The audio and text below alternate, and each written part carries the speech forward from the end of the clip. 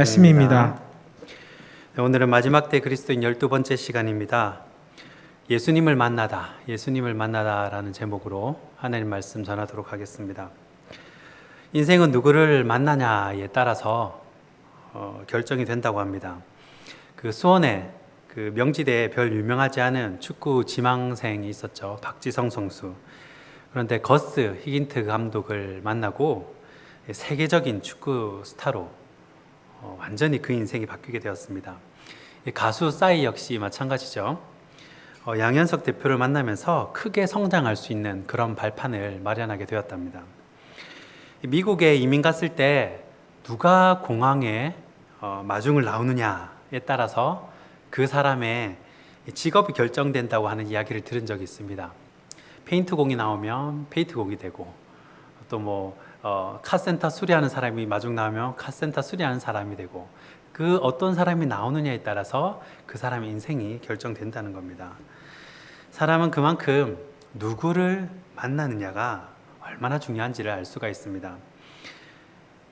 우리 삶에서 최고의 만남이라 그러면 당연히 예수 그리스도일 것입니다. 예수님을 만나야 나의 창조 목적을 깨닫고 또 의미 있는 인생을 살아갈 뿐만 아니라 내세의 영생도 얻을 수 있기 때문입니다. 최고의 학벌에 또 로마 시민권자였던 사도 바울도 예수님을 만나니까 세상 부귀영화도 또 로마 시민권이라는 엄청난 권리도, 그리고 학벌 가말리엘 학부생이라는 그 학벌도 아무것도 이런 것들이 별로 의미가 없어졌습니다. 빌립보서 4장 12절 보니까요, 사도 바울은 예수님을 만난 후에 가치관이 완전히 바뀌었음을 알 수가 있습니다. 특히 물질에 대해서도요, 있으면 감사하고 없어도 그렇게 서럽거나 힘들지 않는 일체의 자족을 배웠다고 스스로 고백을 합니다. 심지어 사도행전 20장 24절 보면요, 자신의 생명조차 조금도 귀한 것으로 여기지 않을 정도로 이전과는 완전히 다른 사람이 되었다는 것입니다. 여러분, 세상에 누구를 만나면 자기 전 재산을 내놓고 또 목숨도 귀하게 여기지 않을 정도로 여러분 그런 변화가 있을 수 있겠습니까? 누구를 만나면 인생의 목적을 깨닫고, 내가 이대로 죽어도 좋다, 이분 따라다니다가 정말 생을 마감해도 좋다 할 만큼의 행복과 만족을 얻겠습니까? 예수님은 우리를 사랑하시는데 얼마나 사랑하시냐면 나를 위해서 십자가에 달려 죽으실 만큼 사랑하신다는 것입니다. 그 사랑 이야기, 그 러브스토리의 한 도막이 바로 오늘 본문에 실려 있습니다. 더러운 귀신 들린 사람이 예수님을 만난 이야기입니다. 이 귀신 들린 사람은요, 예수님을 만나고 그의 삶이 완전히 바뀌게 되었습니다. 그러면 이 사람이 어떻게 귀신이 들렸고 또 어떻게 예수님을 만나고 어떤 변화가 있었겠습니까? 오늘 귀신 들린 사람의 과거, 현재, 미래를 통해서 예수님이 우리에게 어떻게 다가오시는지 또 어떻게 사랑하시는지 발견하는 복된 시간이 되었으면 합니다. 첫 번째는 귀신 들린 사람의 과거입니다. 오늘 본문 1절을 보시면요, 예수님께서 바다 건너편 거라사인의 지방에 이르렀다고 나옵니다.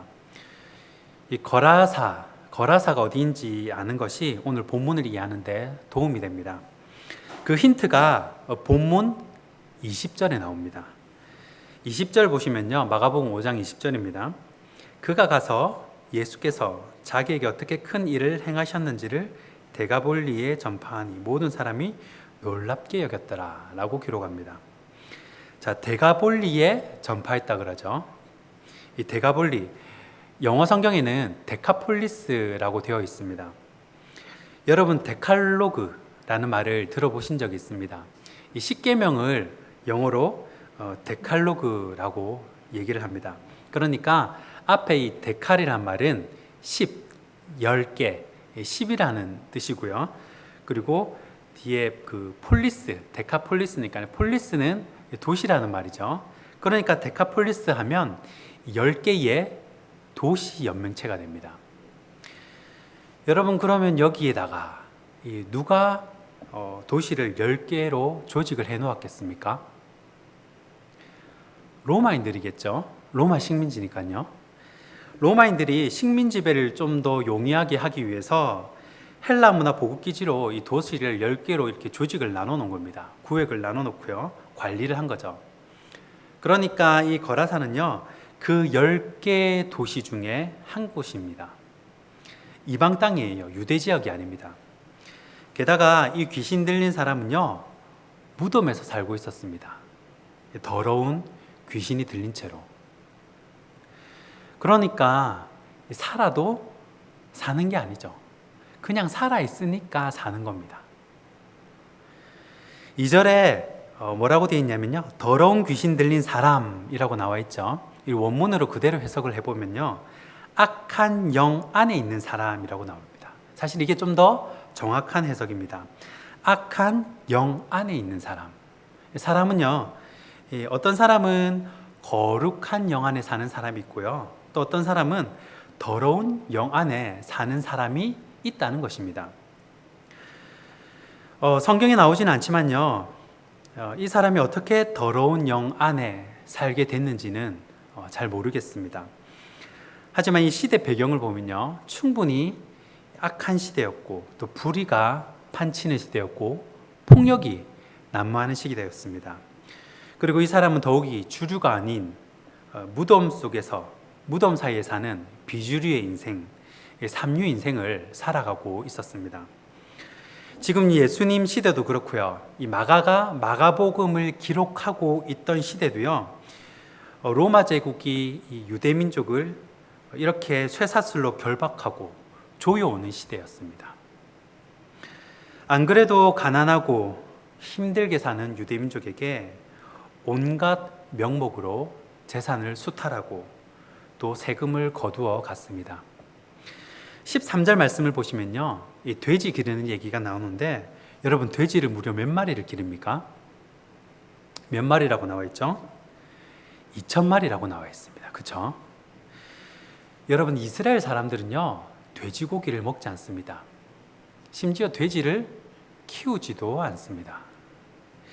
유대인들에게 돼지는 먹으면 안 되는 금기사항입니다. 돼지고기를 먹는다 날은 굉장히 부자라는 거예요. 왜 그러냐면요, 지금으로 치면 뭐 소고기도 한우, 1등급 한우만 먹는다든지, 뭐 랍스터, 상어, 지느러미, 뭐 이런 고급, 그러니까 일반 서민들이 접할 수 없는 그런 비싼 고기만 먹는다는 겁니다. 왜 그러냐면요, 여러분, 소는 일을 하죠. 일도 하고 가죽도 줍니다. 또 여러분, 양도 털 주죠. 고기도 주고. 그런데 돼지는요, 순수하게 부자들의 먹거리로만 활용이 되었습니다. 그러니까 돼지고기를 먹는다는 것 자체로만으로 이 빈부격차가 확 나는 거예요. 돼지고기 먹으러 가자 이러면 잘 사는 집인 겁니다. 그러니까 누구만 먹었겠어요?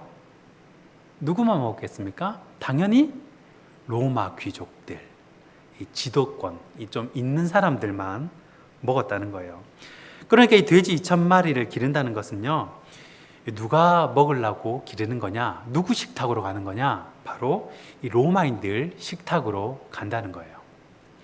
그러니까 돼지를 키워서 고기도 로마인들이 다 먹고, 돼지 팔면 돈을 벌 거 아니에요.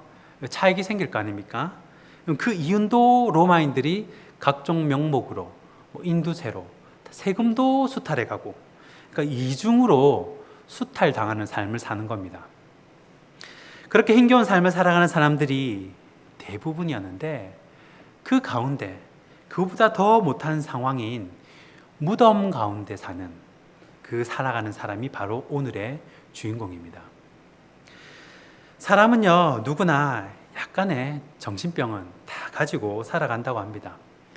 약간의 조금의 그런 거는 다 있다고 하죠. 근데 그렇게 살아갑니다. 정도가 심하면요, 조금 정도가 심하면 신경 안정제를 먹고요. 또 정도가 좀 더 심하면 병원에 가게 되겠죠. 이 사람도 증세가 어땠냐면요, 그 증세가 5절에 나옵니다. 5절 말씀입니다. 우리 5절 말씀 다 함께 한번 읽어보겠습니다. 시작. 밤낮 무덤 사이에서나 산에서나 늘 소리 지르며 돌로 자기의 몸을 해치고 있었더라. 아멘. 자, 증상이 어떻습니까? 네, 밤낮으로, 낮이고 밤이고 무덤에서 산에 올라가가지고 막 소리 지르고 다니는 겁니다. 막 뭐라 하고요. 또 그 안에 불만들이 있었겠죠. 사회적인 불만, 아니면 가정에 대한 불만.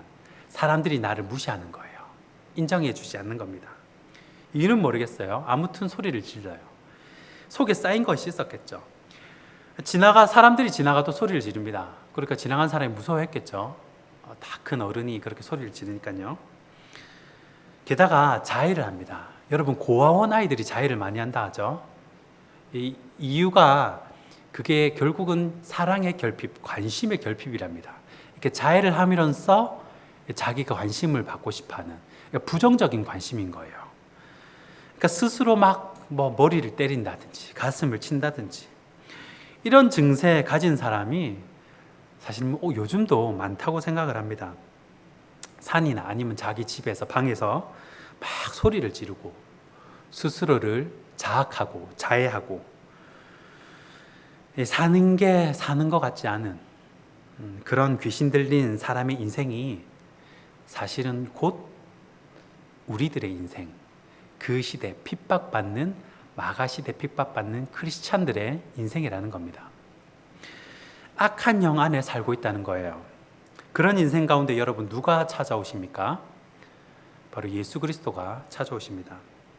온갖 사회적 결박과 또 무덤 사이에 사는 것 같은 비참함, 소리 지르고 싶은 그런 억울함과 분노, 이 비참함 속에서도 예수님을 만나니까 어떻게 돼요?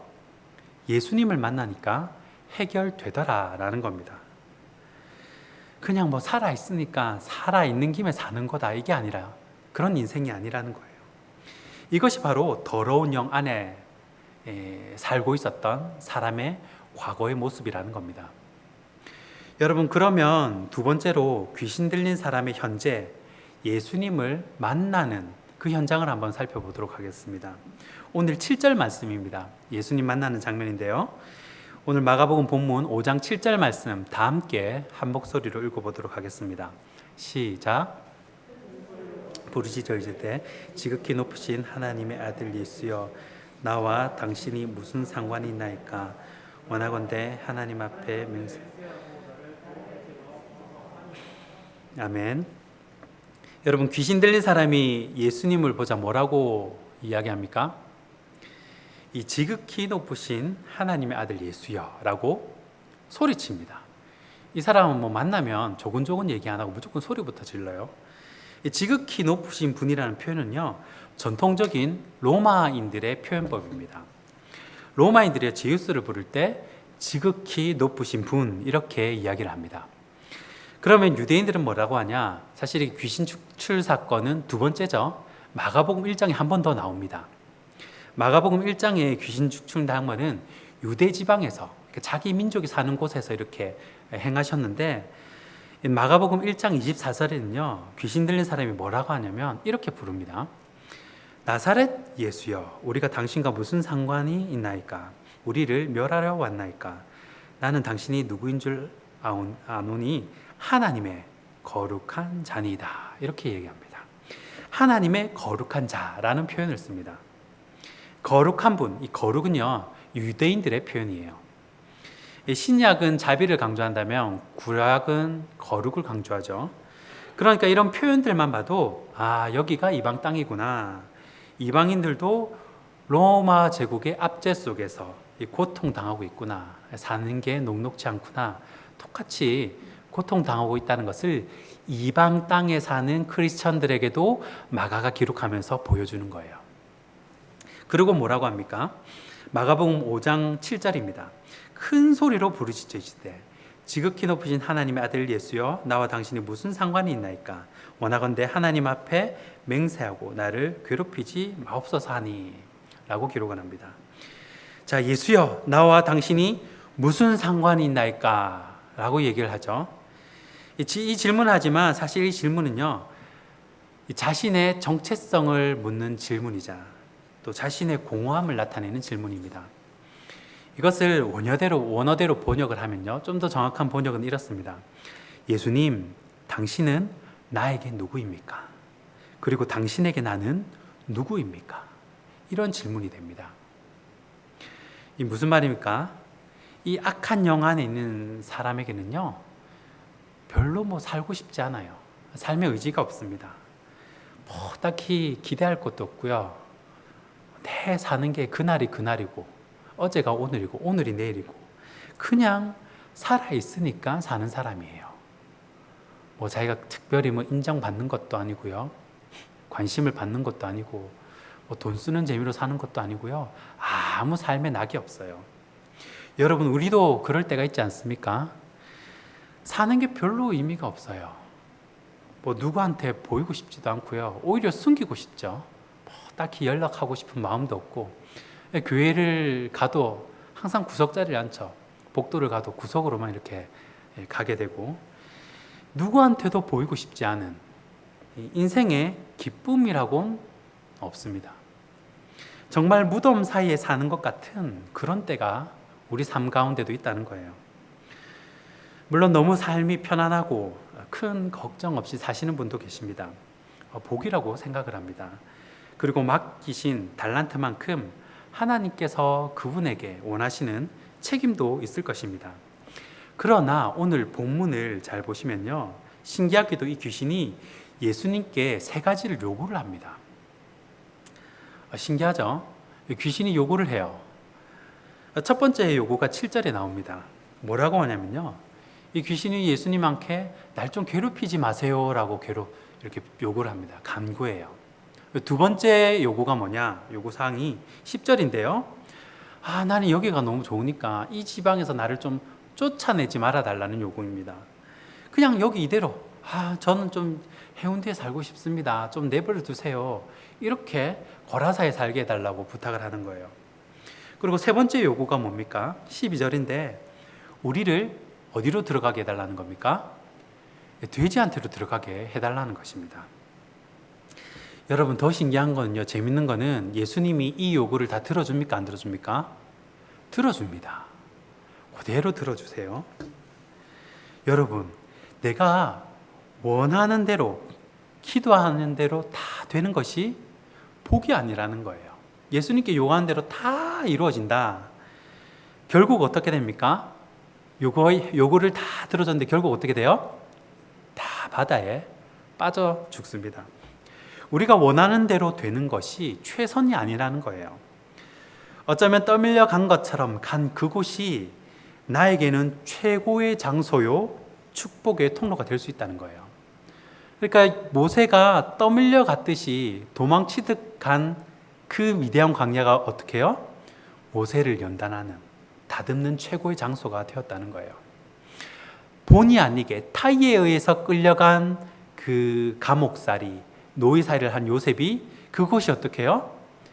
이 요셉을 다듬어가는, 만들어가는 최고의 장소였다는 겁니다. 하나님이 그렇게 인도해 가시는 거예요. 귀신들이 그렇게 쫓겨나고요, 예수님에 의해서 이 사람은 귀신들의 억압, 그리고 죄의 사실에서 자유하게 됩니다. 그리고 정신이 온전해지게 돼요. 이것은요, 개인의 구원도 되지만 이 성경을 읽는 1차 독자, 그러니까 우리는 2차 독자죠. 1차 독자는 마가가 쓰고 마가가 쓴 것을 보는 디아스포라의 크리스천 이방인들이겠죠. 그 1차 독자, 이방 땅의 크리스천들에게도요, 희망의 메시지가 되는 것입니다. 로마 제국이라는 이 슈퍼파워에 유대 신자, 이방 신자 할 것 없이 다 고통을 받고 있는데, 그것 역시 돼지 떼가 빠져 죽는 것처럼 곧 멸망한다는 그런 희망의 메시지도 은근히 비추고 있다는 겁니다. 당시 로마 군대는요, 6,000명 정도의 군인들로 구성이 되었다고 합니다. 그러니까 귀신이 내 이름이 뭐냐 하니까 군대라 그러죠. 딱 이 로마 군대 떠오르지 않겠습니까? 우리야 그냥 군대구나라고 하지만 그 당시에 사는 사람들이 이 글을 읽으면 군대 하면 누구 군대 생각하겠습니까? 당연히 로마 군대를 생각하겠죠. 그 군대가 다 물에 빠져 죽었구나. 그렇게 생각이 되는 겁니다. 그 수많은 압제와 고통도 곧 끝날 것이라는 그런 종말론적인 희망을, 그 희망의 메시지를 전달하고 있다는 것입니다. 그러면 마지막으로 이 귀신 들린 사람의 미래를 한번 살펴보겠습니다. 이 하나님은 국가와 세계의 역사도 주관하시지만 이 한 영혼, 한 사람의 인생도 여러분 너무너무 귀하게 여기십니다. 이 국가의 역사만 다루시는 게 아니라요, 세계의 역사만 다루시는 게 아니라 한 사람의 개인, 보잘것 없을 것 같은데 주님은 한 사람을 어떻게 봐요? 천하보다 귀하게 보신다는, 보석처럼 보신다는 겁니다. 예수님은 이 귀신 들린 사람을 만나기 위해서 이 폭풍우를 만나는 위협도 겪으셨습니다. 생명의 위협도 불사하고 거기다 엄청난 거리를 걸어오십니다. 여러분, 거라사 땅은요, 갈릴리 바다에서 배 타고 오셨잖아요. 거기서 내려서 남동쪽으로 50km는 더 가야 나오는 땅입니다. 걸어서 갔겠죠, 당연히. 제가 50km를 인터넷에서 한번 찾아봤습니다. 어디쯤 되나 보니까요, 여기서 걸어서 울산대공원까지 걸어가는 그 정도 거리예요, 대략. 예수님이 그까지 걸어가신 겁니다. 여러분, 왜 그까지 걸어가셨겠습니까? 바로 그 귀신 들린 한 사람, 그 한 영혼 때문에 그까지 가신 거예요. 너무너무 비효율적이죠. 왜냐하면 유대 땅 안에도 많은 영혼이 있는데, 그런데 하나님은 그 한 영혼을 보셨다는 거예요. 그것을 어떻게 알 수가 있냐? 우리는 은혜 받으면 너무 자의적으로 해석한 것이 아니냐라고 생각할 수 있지만, 하나님은 오늘 성경 말씀처럼 그렇게도 우리에게 다가오신다는 겁니다. 오늘 본문 바로 다음 절은요, 20절까지 오늘 읽었잖아요. 21절 보면요, 이렇게 되어 있습니다. 21절 한번 보시죠. 예수께서 배를 타시고 다시 맞은편으로 건너가시니, 갔다가 어떻게 합니까? 갔다가 다시 돌아오세요. 여러분, 폭풍우를 만나고 50km나 걸어서 그 귀신 들린 사람 만나고 다시 50km 걸어서 돌아간다는 거예요.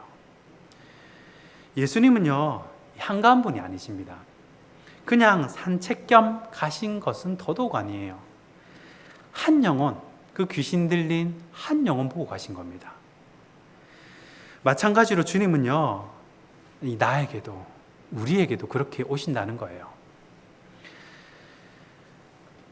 사는 게 사는 것 같지도 않고 또 별 내세울 것도 없는, 적당히 무시도 당하고 살고 행복이라고는 전혀 관계없는 그런 사람 마냥 살아가는 그런 사람일지라도 우리 주님은 폭풍우를 지나서 50km를 걸어서 그렇게 해서라도 찾아오신다는 겁니다. 위로하시고 회복하시고 치유해 주신다는 겁니다. 여러분, 예수님 만나면요, 큰 소리 치십시오. 삭개오가 그랬듯이, 앞 못 보는 거지가 그랬듯이 예수님께 간절히 소리치십시오. 반드시 만나주시고 나의 모든 사슬과 또 무덤 같은 인성에서 반드시 벗어나게 하실 줄 믿습니다. 이제 더러운 귀신 들린 사람은요, 새로운 사람이 되었습니다. 20절 말씀을 보니까요, 예수님께서 자신에게 어떻게 하셨는지를 간증하면서 삽니다. 예전에는 사람들이 다 피해 다녔잖아요. 예전에는 사람들이 다 무서워했잖아요. 예전에는 사람들이 무시했어요. 무시하니까 어떻게 해요? 열받잖아요. 사람 무시하면 좋아할 사람 누가 있어요?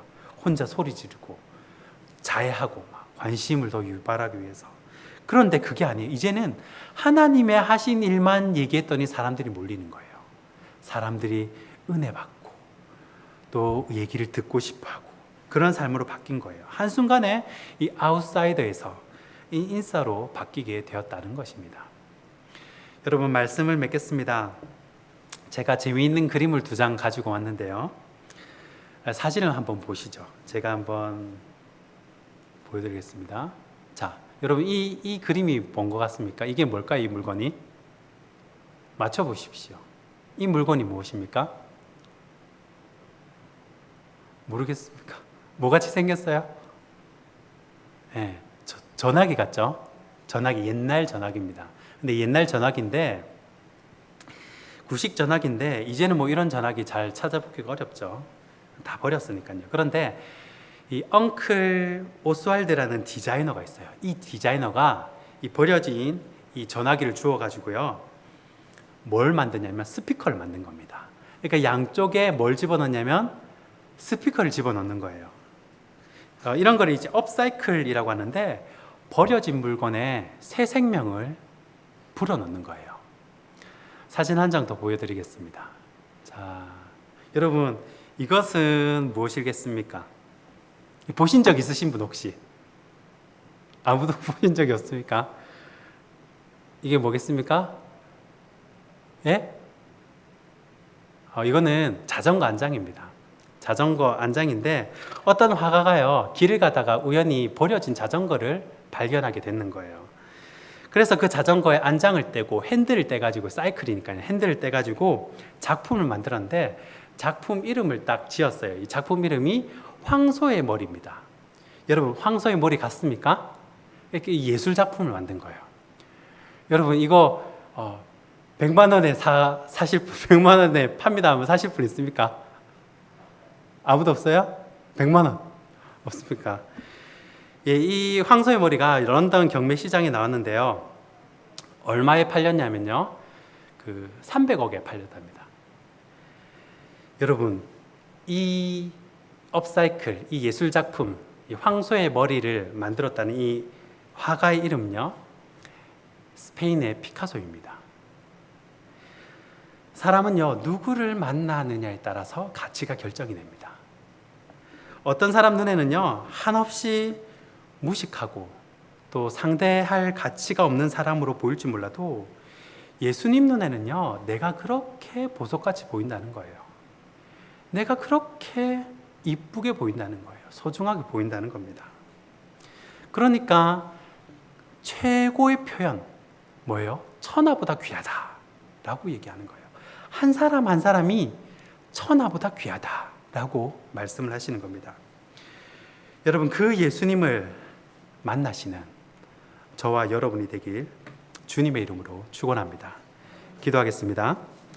참 좋으신 하나님, 무덤 사이에 사는 모두가 무시하는 귀신 들린 사람을 만나기 위해 바다를 건너고 또 긴 시간을 걸어 찾아가신 것처럼, 오늘 이 시간 우리에게도, 나에게도 찾아와 주시옵소서. 예수님 없이 삶의 의미가 없고 또 소리치고 싶은 세상이지만, 주님 만나면 빈들이나 초방이다, 그 어디나 하늘나라가 될 줄 믿습니다. 주님 만나 주시옵소서. 혹자는 12회를 앓다가 주님께 오고, 또 혹자는 39년 동안 앓다가 신음하다가 그렇게 예수님을 기다립니다. 주님, 우리가 얼마간의 신앙생활을 했든 간에 이 시간 오셔서 자해하고 상처난 마음을 만지셔서 내가 주님의 사랑받는 자임을 깨닫게 하여 주시옵소서. 이제 말씀을 들고 교회 문을 나섭니다. 세상의 어떤 쇠사슬도 우리 성도들의 가정과 삶을 올가매지 못하게 하시고 진리 안에 자유할 수 있도록 우리를 다스려 주시옵소서. 특별히 주님의 핏값으로 산 우리 부산 신성교회를 기억하시고 마지막 때 구원의 방주의 역할을 잘 감당하게 하여 주시옵소서. 이 교회에 오는 사람들마다 문제가 해결되게 하시고, 이 교회에 오는 사람들마다 걱정 근심이 사라지는 축복이 있게 하여 주시옵소서. 환우들을 위해 기도합니다. 주님 친히 병상 가운데 찾아가셔서 그 고통을 거두시고 함께 예배할 수 있는 은혜 또한 허락하여 주시옵소서. 특별히 새벽 예배며 수요 예배며 모든 공예배를 사모함으로 섬기시는 우리 성도분들을 기억하여 주셔서 예배하는 삶을, 예배자가 어떻게 축복을 받는지 주님 눈으로 보아 알게 하여 주시옵소서. 이제는 우리 주 예수 그리스도의 은혜와 하나님 아버지의 사랑과 성령의 감동, 감화, 위로하심이 오늘 이 예배에 참석한 모든 성도들 위에 이제로부터 영원히 항상 함께 있을지어다. 아멘.